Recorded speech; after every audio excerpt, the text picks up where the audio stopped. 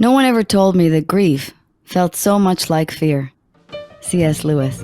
You're listening to the Coached Podcast, hosted by Coach Karen Eldad, world-class personal and executive coach. It's your show. We answer your questions, and you get coached on any issue that concerns you. Here's Coach Karen. Hey, superstars, welcome back to a new episode of the Coached Podcast, the show where you call in with your questions, and I do my best to serve answers, hope, and respite. This season, this is a mini-series that's dedicated to the midlife crisis, and in this vein, to how to navigate all of life's big changes and transitions, including, pardon my French, shitstorms. The questions have poured in, and we cannot wait to get to them, and we will in just a little bit. But before we do, I wanted to share with you two triumphant superstars who have gleaned real lessons and swung their life into a pivot like none other. As I said in the opening episode to this mini-series, midlife in particular is a time that can shake us up.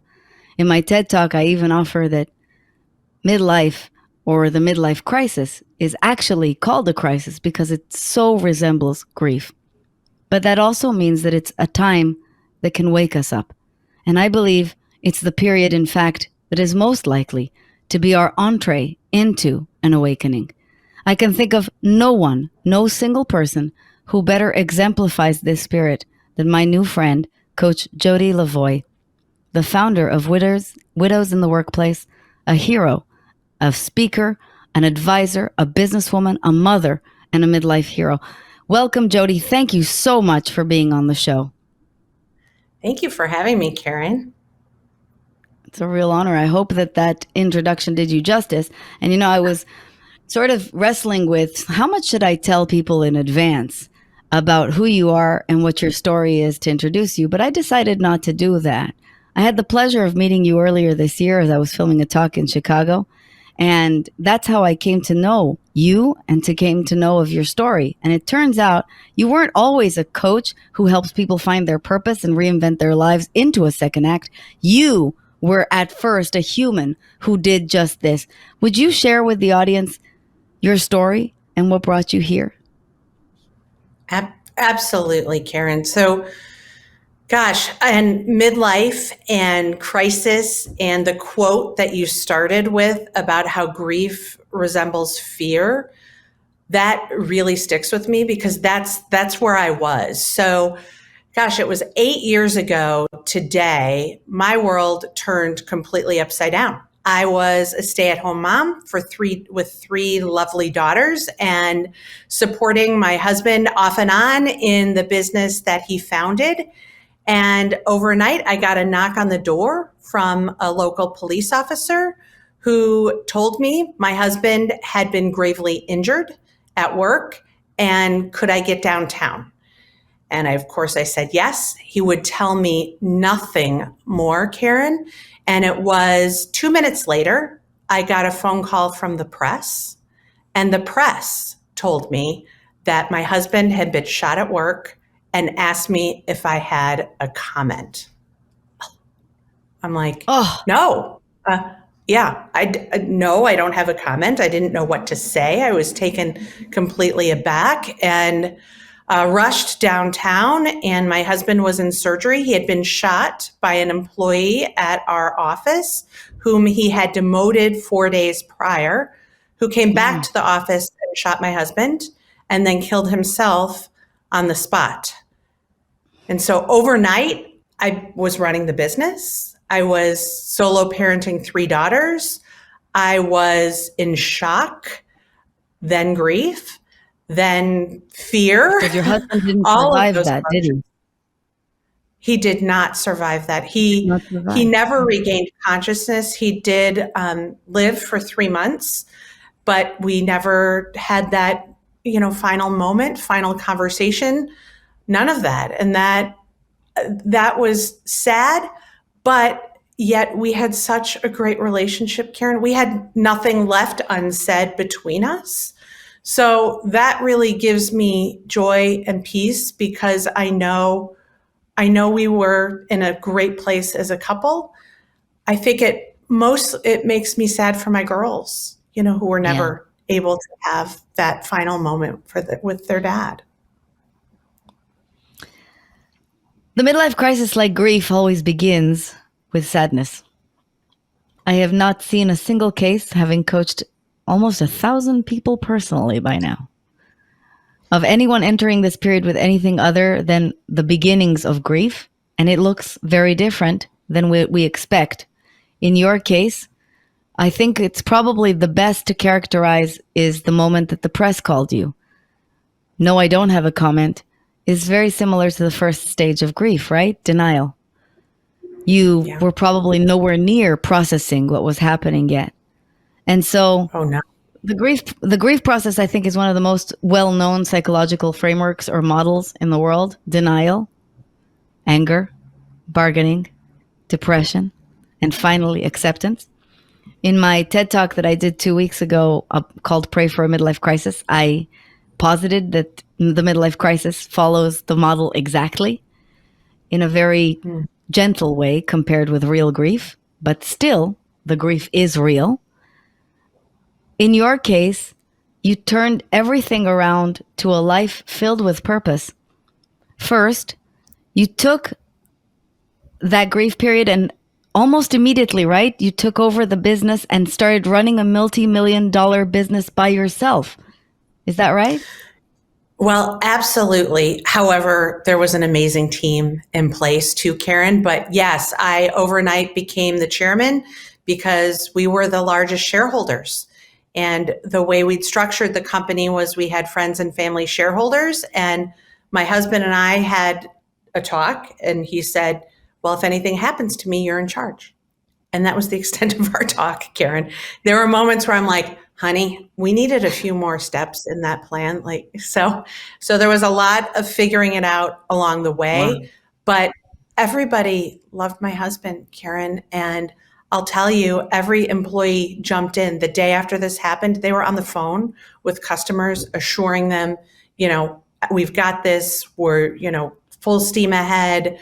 Everything's okay. I mean, as okay as it could be, but everyone was committed to not having the ship go down, and me as well, and me on the home front with that too, because I people have asked me, were you angry at this person that did this to my husband? And I'm not an angry person, Karen, and I don't teach my daughters anger, and we've just talked about it. And Yeah. he wasn't well. He had a mental health issue, and he clearly made a very poor choice. But anger was not a driver with me. I think what was a driver was there was no way I was going to let the business fail, and there was no way I was going to let my family fail. Period. I was all in with all of that. And as one can imagine, with my daughters at the time were 15, 12, and 9. My oldest was entering high school, which is a rough time with nothing going on. And then having that go on, it's just, it's life-changing. You kicked into mom mode and you kicked into survivor mode, which actually, sometimes anger doesn't look like anger. It looks like a call to action. It looks like a summoning of superhuman power. It doesn't look like blame. It doesn't look like resentment. And so that sounds like the second stage of grief. But I'm curious, when did you really kick into action after feeling the feels? I hope. But how did this transition happen? Can you describe for us how you decide to go and to heed the call that your husband was once so cavalierly entitling with you with when he said, "You're in charge if anything happens to me"? How long before that clicked into the next phase? Hey superstars, it's Natalie, Community Director for Coach Karen. I wanted to let you know that we have a new mastermind launching next month, Enthusiasm Academy. This coaching track offers busy entrepreneurs and overwhelmed C-suite leaders who are determined to rise a powerful, streamlined program that includes one-on-one executive coaching with Coach Karen, peer advisory sessions, a wide range of expert speakers, robust mindset and business tools, and a powerful network. This is what Coach Karen's calling a program for beasts in beast mode. Applications are open right now on KarenEldad.com/Enthusiasm Academy. About 24 hours, Karen. And Wow. I was in the hospital, with him. He had gone through surgery. I probably got there about noon. And throughout that, we were in this they had us in a separate conference room just for us, because people were just friends and acquaintances were showing up just to be present and lend support. And probably after being there 3 hours, I went, oh my gosh, I haven't called Steve's parents. And because there's, all these things you have to do and you don't know what to do. There's no playbook for this. And I called them, and then obviously was in the hospital all night, and he'd come through surgery and made it to his room. And that morning I literally had a, oh shit moment. I said, I'm in charge of this business too. And, and I went through my mind and I said, okay, who do I call to advise me on what to do? And, I had a very short list of some people to call, and we had an executive team in place, and I was in contact with them that day. And let's see, 48 hours after this happened, I was in front of all the employees, talking to them and addressing them of, here's what we're doing and here's the plan. And there is a plan in place, and we're continuing forward with that. And fortunately, it was our business. We talked about it every day. And so I knew what was going on. And over the years, I'd held certain roles within the business as well. And I traveled with my husband. I'd been in the office. I knew a lot of the employees. I knew a lot of the clients. And that was all very helpful too. And this was really our fourth baby, Karen. Mm-hmm. And we both cared very deeply about all of the employees. And what people forget in these situations is the employees are the first responders to when something like this happens in an office. They're the first ones there. And so, I don't know, what's going to be etched in their brain forever is just got to be really scary. The amount of compassion that you have to people around you in a moment of crisis is just astounding to me. It's really just a real gift. And I can see how the coach is born, or the coach counselor evolved from there. But I still don't see the clear trajectory because, Jody, I read that you brought this company to exit. You didn't just run it exceptionally well. You exited exceptionally well. You did an absolutely incredible job. Yeah, we did. You know what? We really did. And an exit was always the plan, just when would be the right time. And it wasn't the right time when I took over. And we grew the business to a place 3 years later that was ready for sale to private equity and did have an exit. And it's traded 2 more times, Karen, since. So absolutely astounding. A huge testament to you and to those people around you and what superstars they were. And so 3 years, you exit the company. And when does Jody Lavoie coaching see light? How is that born? Widows in the workplace. It was an evolution, actually, because after I sold the business, I could finally breathe for the first time in 3 years. And I literally had a sign on my wall, just breathe, because I was on a treadmill for then. And I knew I didn't want to stay in that industry. I wanted something fresh, something new, something that was part of me and part of my heart. I knew I wanted to give back and share not only my grief and widow experience, but having been through the business experience and running a business, knowing how hard it is to want to succeed in your role, in your job. If you're a founder and you're experiencing a loss, how do you do that and do that well? And so that was percolating in my mind. And before I kind of made the jump to where I am now, I ran a nonprofit that a friend of mine founded called Female Strong, which is all about building confidence in middle school and high school girls so they could be our future leaders, and women excelling in business and supporting women and girls who are soon to be business leaders is important to me as well. So that was my stop on my journey to where I am today. But you're also the mother of 3 girls. I am one of 3 girls. You are? Yeah. So I've been raised in a feminist by default household, I would say. It's one of those very interesting things. I was thinking about this a lot, about what grief has to do with finding your purpose and what grief has to do with a pivot. Again, in the midlife crisis, the midlife crisis was defined by Carl Jung and Elliot Jaques, who coined the term in 1965, as an emotional crisis of identity. And essentially what's happening is the death of one identity is giving way for a new identity. We are all waking up to the fact that we are not young people anymore. And once you start to understand that, an old identity has to begin to die. A natural course of action will be, for many people, a pivot, a sharp pivot, an exploration of purpose. And so I see that bridging the gap of your work. It's not just widows in the workplace or the rediscovery of purpose. It's both at the same time, which I think is just tremendously valuable. How has that been established by you so far? I know you're speaking, you're advising, you're in YPO. There are many forums in which you organize this, but is there any specific approach that you're putting out there? You brought up a really good point, because this certainly happened with me, and it's what I work on with my widow clients as well, is this rebirth, reawakening of who you are after a loss. And you talked so eloquently about how midlife is a loss as well. And so what is this rediscovery and this new identity that you have for yourself?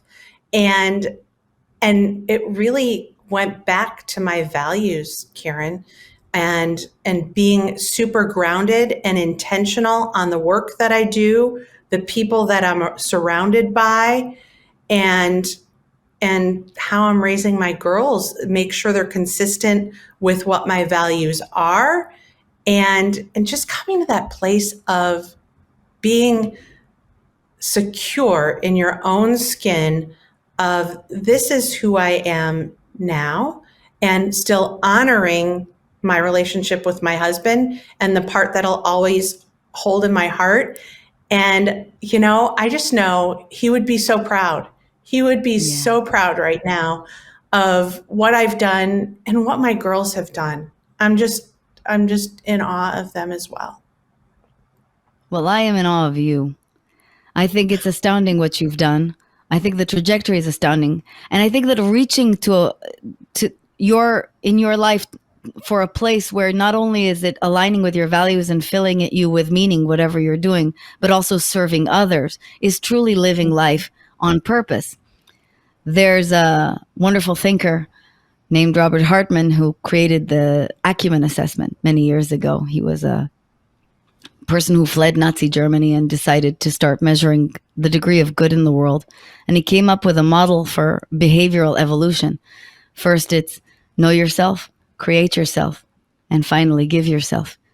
And I think that give yourself is the stage at which we find you, which is just a really breathtaking place to meet any human being. I know you've inspired me just in your presence. I'm thrilled to get to share your story and your work with our tremendous audience. Thank you so much, Jody, for being here today. Thank you for having me, Karen. It was a true pleasure. Thank you. What a blessing, huh? Listeners, if Jody Lavoie hasn't inspired you, I don't know what will. I hope you're going to connect with her work further. And Jody, I just cannot wait until we meet again. All the ways to get in touch with Jody will be linked below in today's show notes. Thank you again for being here. We hope to see much more of you. And congratulations on the incredible work that you do, Jody. Thank you, Karen. That was today's Midlife Awakening episode, friends, a message of resurrection and service and hope.